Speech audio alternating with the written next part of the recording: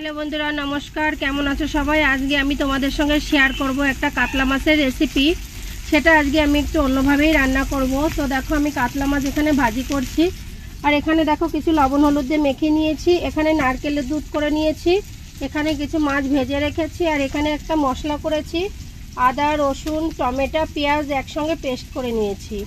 आज के आमी এই রান্নাটা নারকেলের দুধ দিয়েই করব। তো দেখো নারকেলের দুধটা আমি একটু ঘন করেই করেছি, বেশি জল দিইনি। আর এখানে মাছগুলো ভালো করে আমি একটু ভেজে নেব।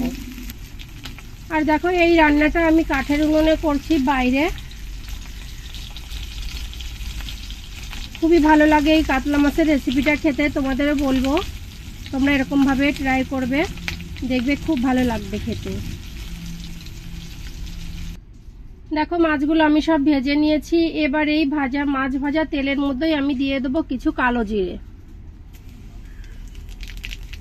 কালো জিরেগুলো ভালো করে ফুটে গেলে আমি এর মধ্যে দিয়ে দেব যে মশলাটা করে রেখেছি। আদা রসুন পেঁয়াজ টমেটো একসঙ্গে পেস্ট করেছি, পেস্টটাই আমি দিয়ে দেব। দিয়ে ভালো করে একটু কষিয়ে নেব।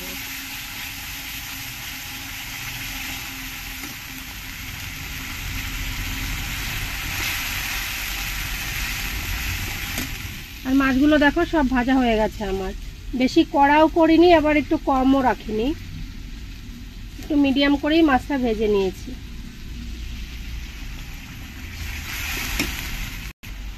এবার মশলাটা একটু ভালো করে কষানো হয়ে গেলে এবার এর মধ্যে দিয়ে দেব আমি পরিমাণ মতো লবণ, দিয়ে দেব রঙের জন্য হলুদ, দিয়ে দেব 1 চামচ জিরের গুঁড়ো ধনের গুঁড়ো। আমি এখানে একসঙ্গে করেই নিয়েছি। দিয়ে ভালো করে মশলাটাকে মিশিয়ে নেব।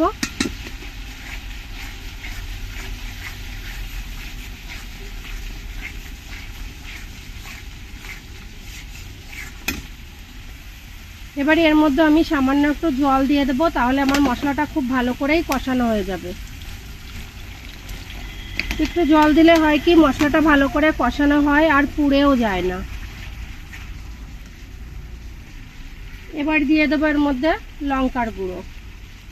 এর মধ্যে শুকনো লঙ্কাও বেটে নিতে পারো বা গুঁড়োও দিতে পারো, আমি এর মধ্যে গুঁড়োটাই ব্যবহার করলাম।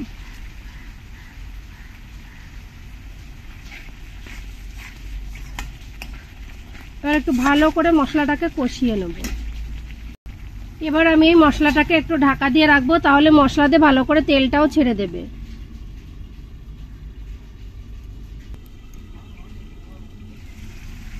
দেখো মশলাটা দিয়ে কত সুন্দরভাবে তেলটা ছেড়ে দিয়েছে। একটু ভালো করে আমি নেড়ে দেব। এরকম করে তেলটা ছাড়ার পরেই আমি যে মাছগুলো ভেজে রেখেছি, এই যে এই মাছগুলো এই মশলার মধ্যে দিয়ে দেব।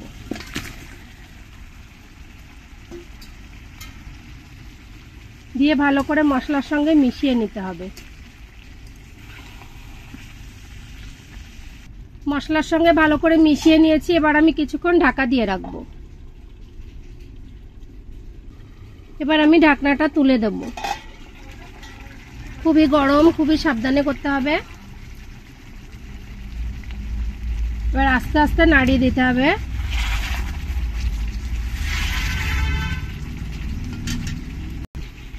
খুব সাবধানেই নাড়াতে হবে, নইলে মাছগুলো ভেঙে যেতে পারে। এবার আমি যে নারকেলের দুধটা করে রেখেছি, এই নারকেলের দুধটাই আমি এই মাছের মধ্যে দিয়ে দেব।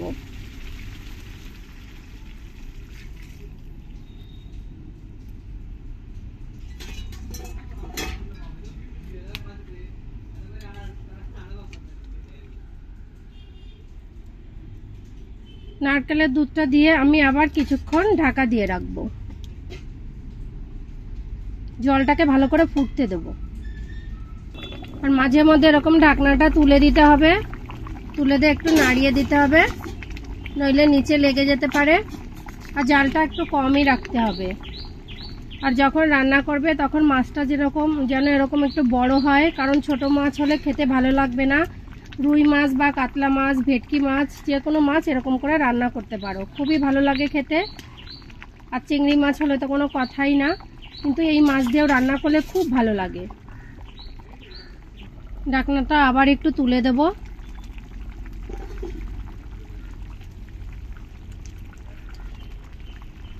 আর আমরা তো মাছের ঝোল অনেকভাবেই খেয়েছি, তোমাদের আবারও বলবো এরকম করে বাড়িতে অবশ্যই একবার ট্রাই করবে। বেশি মশলাও লাগে না, রান্নার বেশি ঝামেলাও করতে হয় না, খুব অল্প সময়ের মধ্যে রান্নাটা হয়ে যায়। আর তোমাদের যদি রেসিপিটা ভালো লাগে তাহলে সবাই লাইক শেয়ার করে আর সাবস্ক্রাইব করে আমার পাশে থাকবে। আর এরকম করে একটু নাড়িয়ে দেবো। আর এই কাতলা মাছের রেসিপিটা খেতে গরম ভাতের সঙ্গে খুব ভালো লাগে, আর পরোটার সঙ্গেও খেতে খুব ভালো লাগে। এরকম দেখলে বোঝা যাবে যখন ঝোলটা এরকম একটু গাঢ় হয়ে এসছে তখন বুঝতে হবে মাছের ঝোলটা প্রায় হয়ে এসছে। আর রান্নাটা হওয়ার পরে কালারটাও ভীষণ ভালো লাগে দেখতে। আর আমি যখন এরকম রান্না করি আমার ছেলেরা খুবই বায়না করে, মা এর সঙ্গে একটু পরোটা করে দাও, কারণ ওরা পরোটা দেখতে খুব ভালো লাগে। আর আমার বরমশাই তো মাছের ঝোল এরকম হলে গরম গরম ভাতের সঙ্গে খেতে ভীষণ ভালোবাসে। আর দেখো মাছের ঝোলটাও প্রায় হয়ে এসছে। আর এটা আমি অবশ্যই কাঠের উনুনে করছি, আর তোমরা চাইলে গ্যাসেও করতে পারো, কারণ আমার কাঠের উনুনে রান্না করতে ভীষণ ভালো লাগে। তো আমি এই রান্নাটা কাঠের উনুনেই করছি। দেখো রান্নাটা প্রায় হয়ে এসছে। আর আমি একটু ঝোলঝোলই রাখবো, কারণ গরম ভাতের সঙ্গে খাবে। আর এর উপর দিয়ে আমি একটু হালকা করে গরম মশলার গুঁড়ো দিয়ে দেবো।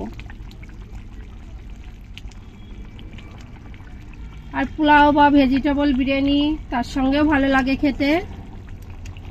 গরম মশলাটা দিয়ে আমি ভালো করে একটু মিশিয়ে নেব।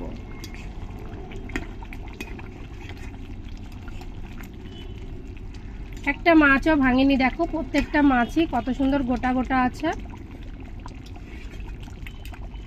আর গরম মশলাটা দিয়ে আমি সামান্য একটু ঢাকা দিয়ে রাখবো, তাহলে সেন্টটা খুব ভালো আসবে। দেখি একটু, দেখো পুরো রেডি হয়ে গেছে। এবার আমি একটা পাত্রে নামিয়ে নেব। দেখো আমি একটা পাত্রে নামিয়ে নিয়েছি। আর আমি এই রেসিপিটার নাম দিয়েছি কি জানো, কাতলার মালাইকারি। তো কাতলা মাছের মালাইকারি কে কে খেয়েছো আমাকে কমেন্টে জানাবে। আর তোমাদের আবারও বলবো তোমরা পারলে অবশ্যই একবার এইভাবে ট্রাই করবে, দেখবে খেতে এত ভালো লাগে। আর খুব তাড়াতাড়িও হয়ে যায় রান্নাটা, বেশি মশলাও লাগে না, অল্প মশলার মধ্যে রান্নাটা ভীষণ ভালো লাগে খেতে। তো তোমাদের ভালো লাগলে চ্যানেলটাকে অবশ্যই সাবস্ক্রাইব করবে। সবাই ভালো থাকবে।